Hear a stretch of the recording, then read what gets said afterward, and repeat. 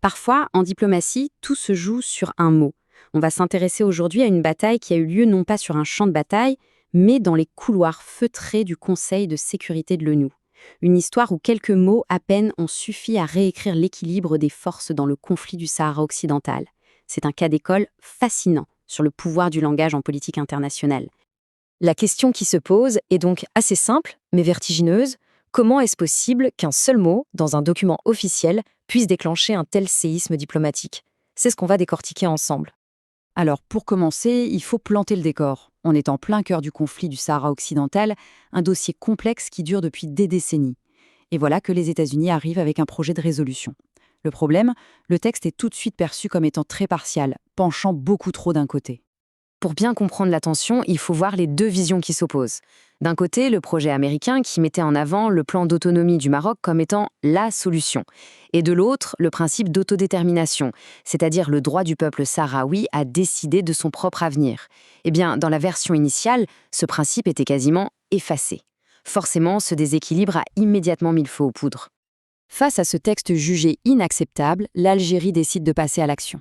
Mais pas de grandes déclarations publiques, non. La stratégie, c'est une contre-offensive discrète, menée entièrement en coulisses, pour forcer une réécriture complète du projet de résolution.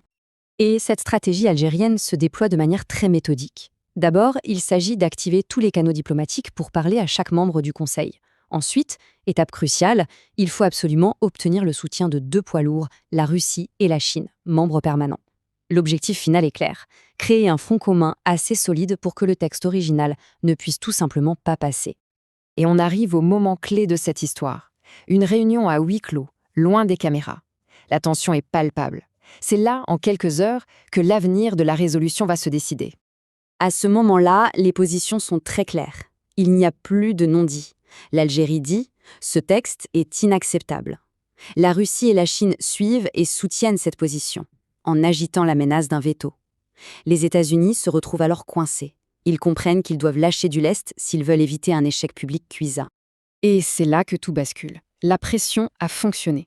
Le projet de résolution va être profondément modifié. Et c'est là qu'on va s'intéresser aux changements de mots précis, des changements qui peuvent sembler minuscules, mais qui, en réalité, ont une portée immense.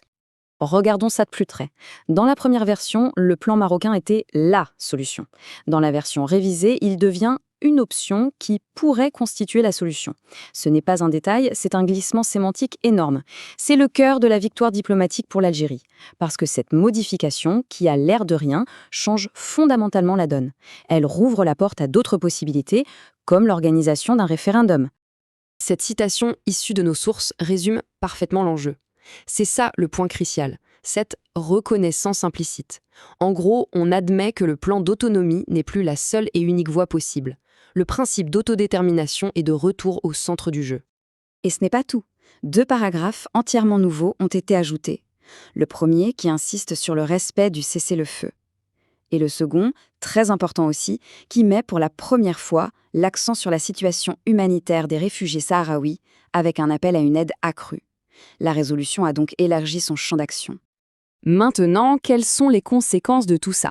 Eh bien, ce revirement a créé une véritable onde de choc et il a redéfini la dynamique politique pour tous les acteurs du dossier. Les réactions des deux camps parlent d'elles-mêmes. Côté marocain, c'est la surprise, voire la confusion, surtout après des médias proches du pouvoir qui annonçaient déjà une victoire facile. Côté algérien, à l'inverse, c'est la satisfaction. On salue un immense succès pour cette diplomatie de l'ombre. Les Américains, eux, ont été forcés de revoir leur copie. Ils sont maintenant dans une position d'équilibriste, à chercher une voie médiane. Il faut à la fois ménager leur allié historique, le Maroc, tout en prenant en compte leurs nouveaux intérêts stratégiques, notamment énergétiques, avec l'Algérie. Et n'oublions pas les 2 autres grands gagnants de cette séquence, la Russie et la Chine.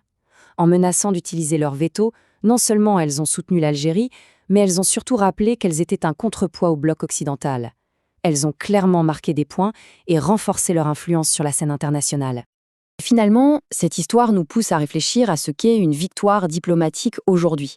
Dans un monde de plus en plus fragmenté, où les équilibres bougent constamment, est-ce que gagner, c'est encore imposer sa volonté ?